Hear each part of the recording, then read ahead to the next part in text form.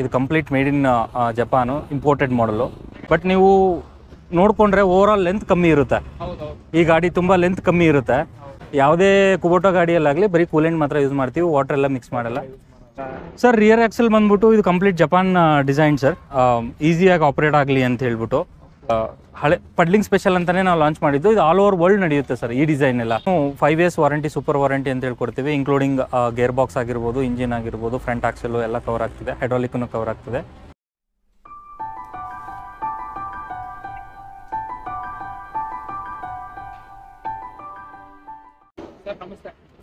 Good afternoon sir, ನಮಸ್ತೆ. ಹೇಳಿ sir. ನನ್ನ ಹೆಸರು ಸಂದೀಪ್ ಅಂತ ಹೇಳಿ. ನಾನು ಸೌತ್ ಕರ್ನಾಟಕ ಮಾರ್ಕೆಟಿಂಗ್ ನೋಡ್ಕೊಳ್ತೇನೆ, Kubota agriculture machinery India private limited ಹತ್ರ. ಸರ್ ಇದು ಬಂದ್ಬಿಟ್ಟು L3408 ಮಾಡಲ್ ಅಂತ ಕರಿತೇವೆ. ಇದು complete made in Japan, imported ಮಾಡಲು. ಇದು ಮೇಜರ್ಲಿ ಬಂದ್ಬಿಟ್ಟು ಪಡ್ಲಿಂಗ್ಗೆ ಸ್ಪೆಷಲ್ ಅಂತಲೇ ಕರಿತೀವಿ. ಲೈಟ್ ವೆಯ್ಟ್ ಗಾಡಿ ಬರುತ್ತೆ. ಎಸ್ಪೆಷಲಿ ಪಡ್ಲಿಂಗ್ ಬೆಲ್ಟಲ್ಲಿ ತುಂಬ ಜಾಸ್ತಿ ಮಾರ್ತಾ ಇರ್ತೇವೆ ನಾವು. ಏನಕ್ಕಪ್ಪ ಅಂದರೆ ಸ್ವಲ್ಪ ಲೈಟ್ ವೆಯ್ಟ್ ಗಾಡಿ, ಪಡ್ಲಿಂಗಲ್ಲಿ ತುಂಬ ಜನ ಲೈಟ್ ವೆಯ್ಟ್ ಗಾಡಿ ಪ್ರಿಫರ್ ಮಾಡ್ತಾ ಇರ್ತಾರೆ. ಸರ್ ಇದರಲ್ಲಿ ಬಂದ್ಬಿಟ್ಟು ನಮಗೆ ಪವರ್ ಸ್ಟೇರಿಂಗ್ ಜೊತೆ ಬರುತ್ತೆ, ನಮಗೆ ಜೊತೆಗೆ 4 wheel ಡ್ರೈವ್ ಜೊತೆ ಬರುತ್ತೆ. ಗಾಡಿ ಬಂದ್ಬಿಟ್ಟು ಕಂಪ್ಲೀಟ್ ಲೈಟ್ ವೆಯ್ಟ್ ಬರುತ್ತೆ. ಸೊ ಇಂಜಿನ್ ಬಂದ್ಬಿಟ್ಟು complete Japan engine sir. Japan engine 34 HP ಬರುತ್ತೆ. ಈವನ್ ನಮ್ಮದು PTO HP ಬಂದ್ಬಿಟ್ಟು ನಮ್ಗೆ ಅಪ್ರಾಕ್ಸಿಮೇಟ್ ಆಗಿ 30 HP ಬರುತ್ತೆ. ಇದು ಬಂದು 3 cylinder ಇಂಜಿನ್ ಬರುತ್ತೆ ಸರ್. ಇದು ಓಪನ್ ಟೈಪ್ ಬಾನೆಟ್ ಸಿಸ್ಟಮ್ ಅಂತೀವಿ ಸರ್, ಯಾಕಂದರೆ ಮೆಕ್ಯಾನಿಕ್ ಆಪರೇಷನಲ್ಲಿ ಆಗಿರ್ಬೋದು ಎಲ್ಲರೂ. ಇವನ್ ಪಡ್ಲಿಂಗಲ್ಲಿ ಜಾಸ್ತಿ ಯೂಸ್ ಮಾಡೋದ್ರಿಂದ ಕೆಸರೆಲ್ಲ ಒಳಗಡೆ ಸೇರ್ಕೊಳ್ಳುತ್ತಲ್ವ, ಈಸಿ ಆಪರೇಟಿಂಗ್ ಸ್ಪೇಸಸ್ಸಲ್ಲಿ ನಾವು ಆಪ್ರೇಟ್ ಮಾಡ್ಕೋಬೋದು. ಒಳಗಡೆ ಕೂಲೆಂಟ್ ಆಯಿಲ್ ಬರುತ್ತೆ, ಆ್ಯಸ್ ಯೂಶ್ವಲ್ ಎಲ್ಲ ರೆಗ್ಯುಲರ್ ಟ್ರ್ಯಾಕ್ಟರ್ ಥರನೇ ಕೂಲೆಂಟ್ ಆಯಿಲ್ ಅದೆಲ್ಲ ಬರುತ್ತೆ. ಬಟ್ ನೀವು ನೋಡಿಕೊಂಡ್ರೆ ಓವರ್ ಆಲ್ ಲೆಂತ್ ಕಮ್ಮಿ ಇರುತ್ತೆ. ಈ ಗಾಡಿ ತುಂಬ ಲೆಂತ್ ಕಮ್ಮಿ ಇರುತ್ತೆ. ಸೊ ಮೇಜರ್ ಉದ್ದೇಶ ಏನಪ್ಪ ಅಂದರೆ ಪಡ್ಲಿಂಗಲ್ಲಿ ಶಾರ್ಟ್ ಟರ್ನಿಂಗ್ ರೇಡಿಯಸ್ ಬೇಕಾಗ್ತದೆ. ಈಗ ಏನಾಗ್ತದೆ, ಕೆಲವೊಂದು ಕಡೆ ಮೂಲೆಯಲ್ಲೆಲ್ಲ ಹಾಗೆ ಉಳ್ಕೊಂಬಿಡುತ್ತೆ ಪಡ್ಲಿಂಗು. ಸೊ ಆ ಟೈಮಲ್ಲಿ ಏನಾಗುತ್ತೆ ಅಂದರೆ ಗಾಡಿ ಜಾಸ್ತಿ ಲೆಂತ್ ಇರೋದ್ರಿಂದ ಕಾರ್ನರ್ಸಲ್ಲಿ ಉಳ್ಕೊಂಬಿಡುತ್ತೆ. ಆವಾಗ ಮುಂದ್ಗಡೆ ಹೋಗಿ ಹಿಂದ್ಗಡೆ ಬರೋದ್ರಿಂದ ಮೈಲೇಜ್ ಡಿಫ್ರೆನ್ಸಸ್ ತುಂಬ ಬರುತ್ತೆ, ಟೈಮಿಗೆ ಜಾಸ್ತಿ ಪೇ ಮಾಡಬೇಕಾಗುತ್ತೆ. ಸೊ ಶಾರ್ಟ್ ಟರ್ನಿಂಗ್ ರೇಡಿಯಸಲ್ಲಿ ಲೆಂತ್ ಕಮ್ಮಿ ಇರೋದ್ರಿಂದ ಈಸಿಯಾಗಿ ಕಾರ್ನರ್ಸಲ್ಲಿ ಕಟ್ ಆಗುತ್ತೆ. ಸೊ ಇದ್ರದ್ದು ಮೇಜರ್ ಅಡ್ವಾಂಟೇಜ್ ಏನಪ್ಪ, ಎದಕ್ಕೆ ನಾವು ಲೈಟ್ ವೆಯ್ಟ್ ಗಾಡಿ ಯೂಸ್ ಮಾಡ್ಕೋಬೇಕು ಪಡ್ಲಿಂಗಲ್ಲಿ ಅನ್ನೋದ್ರಿಂದ ಏನಾಗುತ್ತೆ ಅಂದರೆ, ಹೆವಿ ಗಾಡಿ ಯೂಸ್ ಮಾಡೋದ್ರಿಂದ ಪೂರಾ ಸಾಯಿಲು ಒಳಗೂ ಇಳ್ಕೊಳ್ಳುತ್ತೆ. ಅವಾಗ ನಾವು ನಾಟಿ ಮಾಡಿಬಿಟ್ಟು ಫರ್ಟಿಲೈಸರ್ ಹಾಕೋಕೆ ಹೋಗ್ತೀವಿ, ಪ್ರಾಪರಾಗಿ ರೂಟಿಗೆ ಸಿಗೋದೇ ಇಲ್ಲ. 70 kg ಗೊಬ್ಬರ ಹಾಕೋ ಜಾಗದಲ್ಲಿ ನಾವು 130 kg ಹಾಕಬೇಕಾಗ್ತದೆ. ಯಾಕೆ ಹೇಳಿ, ಕಂಪ್ಲೀಟಾಗಿ ಸಾಯಿಲ್ ಏನಿದೆ ಅದೆಲ್ಲ ಕೆಳಗಡೆ ಹೋಗುತ್ತೆ, ಪ್ರಾಪರ್ ನ್ಯೂಟ್ರಿಷನ್ ಇರಲ್ಲ, ಬೆಳೆ ಸರಿಯಾಗಿ ಬರೋಲ್ಲ. ಅದರಿಂದ ಜಾಸ್ತಿ ಐದರ್ ಪವರ್ ಟಿಲ್ಲರ್ಗೆ ಹೋಗ್ತಾರೆ, ಇಲ್ಲಾಂದ್ರೆಗಿನ ಲೈಟ್ ವೆಯ್ಟ್ ಗಾಡಿಗೆ ಹೋಗ್ತಾರೆ. ಸೊ ಈ ಲೈಟ್ ವೆಯ್ಟ್ ಗಾಡಿಯಲ್ಲಿ ಇದು ಸೂಪರ್ ಆಗಿದೆ ಅಂತಲೇ ಹೇಳ್ಬೋದು ಸರ್ ನಾವು. ಆಮೇಲೆ ಓನ್ಲಿ ಕೂಲೆಂಟ್ ಮಾತ್ರ ಯೂಸ್ ಮಾಡ್ತೀವಿ ಸರ್ ಇದರಲ್ಲಿ. ಯಾವುದೇ ಕುಬೋಟಾ ಗಾಡಿಯಲ್ಲಾಗಲಿ ಬರೀ ಕೂಲೆಂಟ್ ಮಾತ್ರ ಯೂಸ್ ಮಾಡ್ತೀವಿ, ವಾಟರ್ ಎಲ್ಲ ಮಿಕ್ಸ್ ಮಾಡಲ್ಲ.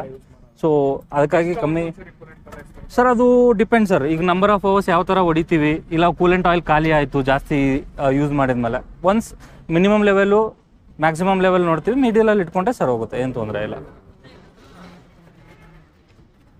ತುಂಬ ಕಾಂಪ್ಯಾಕ್ಟ್ ಆಗಿದೆಯಲ್ಲ ಸರ್ ಇದ್ರ ಇಂಜಿನ್, ಹೇಗೆ ಸರ್? ಇದು ಕಾಂಪ್ಯಾಕ್ಟ್ ಇಂಜಿನ್ ಜೊತೆನೇ ಬರುತ್ತೆ. ಒಂಥರ ಕಾಂಪ್ಯಾಕ್ಟ್ ಸೆಗ್ಮೆಂಟಿಂದ ಸ್ವಲ್ಪ ಹೈಯರ್ HP ಸೆಗ್ಮೆಂಟು. ಓನ್ಲಿ ನಾವು ಲೆಂತ್ ಮಾತ್ರ ಕಮ್ಮಿ ಮಾಡಿದ್ದೀವಿ ಇದರಲ್ಲಿ, ಓನ್ಲಿ ಲೆಂತ್ ಮಾತ್ರ ಕಮ್ಮಿ ಮಾಡಿದ್ದೀವಿ. ಸೊ ಯಾಕಂದರೆ ಈಸಿಯಾಗಿ ಶಾರ್ಟ್ ಟರ್ನಿಂಗು ಅಥವಾ ಶಾರ್ಟ್ ಫೀಲ್ಡ್ಸಲ್ಲಿ ಈಸಿಯಾಗಿ ವರ್ಕ್ ಮಾಡಲಿ ಅಂತ ಹೇಳ್ಬಿಟ್ಟು. ಆಮೇಲೆ ನೀವು ಇದರಲ್ಲಿ ಬಂದು ಗೇರ್ ಸಿಸ್ಟಮ್ ನೋಡಿಕೊಂಡ್ರೆ, ನೀವು ಬೇರೆ ಗಾಡಿಯಲ್ಲೆಲ್ಲ ರಿವರ್ಸು ಎಲ್ಲೂ ಹೆಚ್ಚು ಬರುತ್ತೆ. ನೀವು ಕಂಪ್ಲೀಟ್ ಗೇರ್ ಸಿಸ್ಟಮ್ ಅನ್ನೋದು ಕಂಪ್ಲೀಟ್ ಚೇಂಜ್ ಇದೆ. ನಮ್ದು MU ಸೀರೀಸಲ್ಲಿ ನೋಡಿಕೊಂಡ್ರೆ ಫ್ರಂಟು ಮತ್ತು ಹೈ ಲೋ ಬಂದ್ಬಿಟ್ಟು ಬೇರೆ ಥರ ಇರುತ್ತೆ ಚೇಂಜ್ ಮಾಡ್ಕೊಳ್ಳೋಕ್ಕೆ. ಇದು ಈಸಿ ಆಪ್ರೇಟಿಂಗ್ ಸಿಸ್ಟಮಲ್ಲಿ ಇಟ್ಟಿದ್ದಾನೆ. ಸೊ ಫೀಲ್ಡಿಗೆ ತಕ್ಕಂಗೆ ಅನುಗುಣಕ್ಕೆ ಚೇಂಜ್ ಮಾಡ್ಕೊಳಂಗೆ.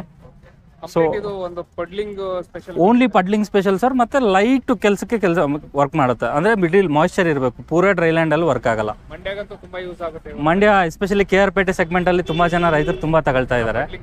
ಪಡ್ಲಿಂಗ್ ಆ ಕಡೆ ಜಾಸ್ತಿ ಇದೆ. ಹೈಡ್ರಾಲಿಕ್ ಲಿಫ್ಟಿಂಗ್ ಕೆಪಾಸಿಟಿ ಏನಿದೆ ಸರ್? ಸರ್ ಇದು ಹೈಡ್ರಾಲಿಕ್ ಲಿಫ್ಟಿಂಗ್ ಕೆಪಾಸಿಟಿ ಬಂದ್ಬಿಟ್ಟು 900 kg ಇದೆ ಸರ್. 900 kg. PTO ಬಗ್ಗೆ ಮಾಹಿತಿ? PTO ಬಂದ್ಬಿಟ್ಟು ನಮಗೆ ಡ್ಯುಯಲ್ PTO ಬರುತ್ತೆ. 540 RPM, 750 RPM. ಸೊ 2 PTO ಆಪ್ರೇಷನಲ್ಲಿದೆ. ಮಲ್ಟಿ ಸ್ಪೀಡ್ ಗೇರ್ ಬಾಕ್ಸ್ ಬೇಕು, ಮಲ್ಟಿ ಸ್ಪೀಡ್ ಗೇರ್ ಬಾಕ್ಸು ಅಥವಾ ಸಿಂಗಲ್ ಸ್ಪೀಡ್ ಗೇರ್ ಬಾಕ್ಸು, ಅದಕ್ಕೆ ತಕ್ಕಂಗೆ ನಾವು ಚೇಂಜ್ ಮಾಡ್ಕೋಬೋದು, ಏನು ತೊಂದರೆ ಇಲ್ಲ. ರಿಯರ್ ಆಕ್ಸೆಲ್ ಎಲ್ಲ ಭಾಳ ಸಿಂಪಲ್ ಆಗಿ ಕಾಣ್ತಿದೆ, ಹೇಗೆ ಸರ್ ಇದೆಲ್ಲ?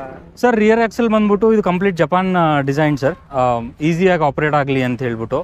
ಸೊ ಇದಕ್ಕೆಲ್ಲ ನಾವು ಕೇಜುವಲ್ಸ್ ಹಾಕೋ ಅವಶ್ಯಕತೆನೇ ಬರಲ್ಲ. ಸೊ ಲೈಟ್ ವೆಯ್ಟ್ ಗಾಡಿ ಆಗಿರೋದ್ರಿಂದ ಸುಮಾರು ಜನ ರೈತರ ಕಡೆಯಿಂದ ನಾವು ಕೇಳಿರೋದ್ರಿಂದ ಕೇಜುವಲ್ಸ್ ಅವಶ್ಯಕತೆ ಇಲ್ಲ ಸರ್.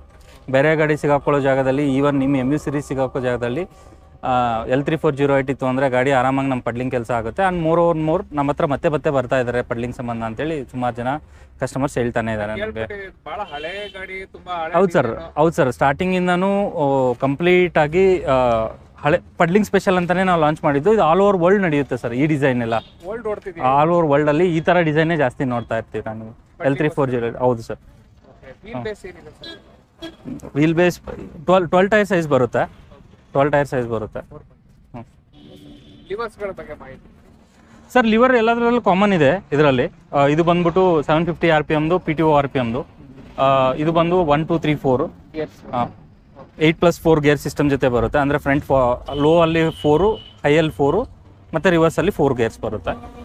ಸೊ ಕ್ಲಚ್ ಎಲ್ಲ ಕಾಮನ್ ಇದೆ ಇದರಲ್ಲಿ. ಎಲ್ಲ ಟ್ರ್ಯಾಕ್ಟರ್ಸಲ್ಲಿ ನಮ್ಮ MU ಸೀರೀಸಲ್ಲಿ ಹೈ ಕ್ವಾಲಿಟಿ ಕ್ಲಚ್ ಜೊತೆನೇ ಬರ್ತದೆ. ನೀವು ಇದು ಸ್ಟೇರಿಂಗ್ ಸಿಸ್ಟಮ್ ನೋಡಿಕೊಂಡ್ರೆ ಬೇರೆ ಗಾಡಿಯಲ್ಲೆಲ್ಲ ಒಳಗಡೆಯಿಂದ ಬರುತ್ತೆ ಸರ್. ಇಲ್ಲಿ ನೋಡಿಕೊಂಡ್ರೆ ನೀವು ಬೇರೆನೇ ಬರುತ್ತೆ ಇದು. ಮೇಜರ್ ಡಿಫ್ರೆನ್ಸ್ ಬರೋದು ನಿಮ್ಗಿಲ್ಲಿ. ಸೊ ಇದರಲ್ಲಿ ಏನಂದರೆ ನಿಮ್ಗೆ ಜಾಸ್ತಿ ಈಸಿ ಟರ್ನಿಂಗ್ ರೇಡಿಯಸ್ಗೆ ಆರಾಮಾಗಿ ವರ್ಕೌಟ್ ಆಗಲಿ ಅಂತ ಹೇಳ್ಬಿಟ್ಟು ಇದೊಂದು ಅಡಿಷನಲ್ ಫ್ಯೂಚರ್ ಕೊಟ್ಟಿದ್ದಾರೆ ಕಂಪ್ನಿ. ಸರ್ ಮೈಲೇಜ್ ಬಂದು 3 ಲೀಟರ್ಸ್ವರೆಗೂ ಹೇಳ್ತಾ ಇದ್ದಾರೆ, depending upon soil condition sir. ಅಪ್ರಾಕ್ಸಿಮೇಟಾಗಿ ನಾವು ಹೇಳೋಕ್ಕಾಗಲ್ಲ. 2 ಇಂದ 3 ಲೀಟರ್ಸ್ ಮಧ್ಯದಲ್ಲಿ ಹೋಗ್ತಾ ಇದೆ ಅಂತೇಳಿ ಹೇಳ್ತಾರೆ.